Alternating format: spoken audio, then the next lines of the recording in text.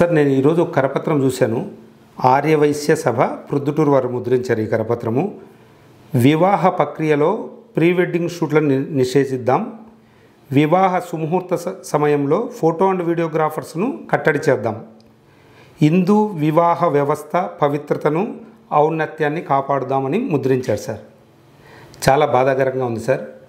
Photographers వలన హిందూ వివాహ వ్యవస్థ నాశనం అవుతుంది అన్నట్లుగా మీరు ముద్రించారు సార్.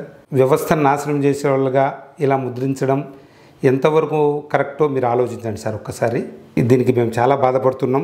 మీకు మేము ఒక చిన్న విన్నపాన్ని చేయాలని మేము ఈ వీడియోని చేస్తున్నాం సార్. ఫస్ట్ మీరు హిందూ వివాహం పట్ల, ఈ హిందూ వివాహంలో జరిగేటువంటి తప్పుల పట్ల మీరు స్పందించినందుకు ఫస్ట్ మిమ్మల్ని నేను చాలా థ్యాంక్స్ చెప్తున్నాను సార్. మొత్తం ఈ వివాహ వ్యవస్థలో ఉన్న లోటుపాట్లు అన్నిట్లను మనం సరిదిద్దుకున్నాం. నిజంగా మాకు మీరు చెప్పినట్లుగా మంచి సాంప్రదాయబద్ధమైన వీడియోలు, తల్లిదండ్రులతో పిల్లలకు ఉన్న అనుబంధాలని అవన్నీ తీయాలని చాలా కోరికగా ఉంది సార్. ఆల్రెడీ ఇప్పటికే తీస్తున్నాము. కాకపోతే మీరు ఇట్లా ఫోటోగ్రాఫర్స్, వీడియోగ్రాఫర్స్ వలన హిందూ సాంప్రదాయాలన్నీ ఇదైపోతున్నాయని కరపత్రం అయితే ముద్రించడం మాకు చాలా బాధగా ఉంది సార్. కొంచెం ఎక్కువ తక్కువ మాట్లాడితే మీకు క్షమించండి. కాకపోతే మీకు విన్నవించడం అనేది ఒక ఫోటోగ్రాఫర్గా నా బాధ్యతగా నేను తీసుకున్నాను. ఏంటంటే ఇందులో చాలా కుటుంబాలు బతుకుతున్నాయి సార్. మేమే కాదు, రాష్ట్ర వ్యాప్తంగా కానీ చాలా మెసేజ్లు వస్తున్నాయి సార్. మాకు చాలా బాధపడుతున్నారు సార్. మీరు ఒకటి ఆలోచించారా సార్? మనము పెళ్ళిలో ఆర్కెస్ట్రా అనేది పెడుతున్నాం సార్. పాపను ఎత్తుకొని ఒక ఆమె వచ్చి పెళ్ళిలో కూర్చోకొని మీ రిసెప్షన్ కానీ చూడగలుగుతుందా సార్? మీరు మీ కుటుంబం కలిసి లాస్ట్లో ఒక 1 అవర్ డ్యాన్స్లు వేయండి, అన్నీ చేయండి. అదే ఆర్కెస్ట్రా వాళ్ళతో మంచి స్వీట్ మ్యూజిక్ కానీ, మంచి మెలోడీస్ కానీ మీరు ఏంటికి వినలేకున్నారు సార్? పెళ్ళిళ్ళు చేయబోయే తల్లిదండ్రులు ఖచ్చితంగా మీ పిల్లల విషయంలో మీరు ఎంత ఫుడ్ లాస్ చేస్తున్నారు, వేస్ట్ చేస్తున్నారు. ఎవరు తినక అది మట్టిలో కలిసిపోతూ ఉందండి.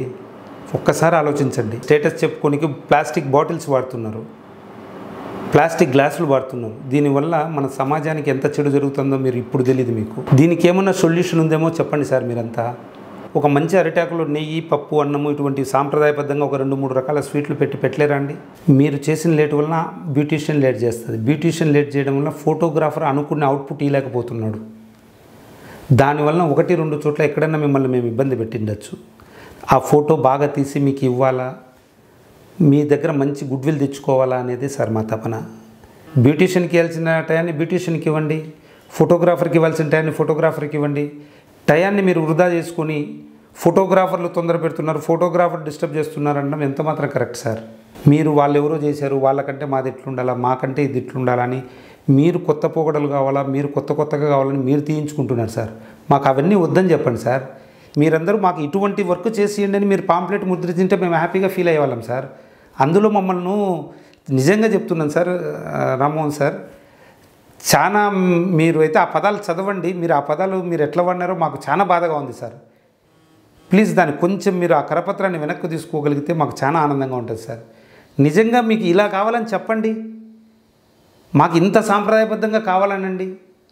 నిజంగా మేము చేసేదానికి రెడీగా ఉన్నాం సార్. మీరు తీర్చుకోవడానికి రెడీగా ఉన్నారో లేదు చెప్పండి.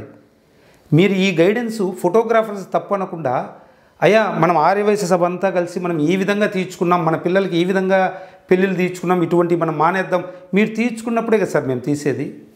మీరు మాకు ఇట్లా వద్దని ఈ మధ్య కాలంలో మీ బంగారంగళ్ళ వీధిలోనే మాకు ఇటువంటి సాంప్రదాయబద్ధంగా తీయమని తీర్చుకున్న వాళ్ళు నాతో చాలామంది ఉన్నారు సార్.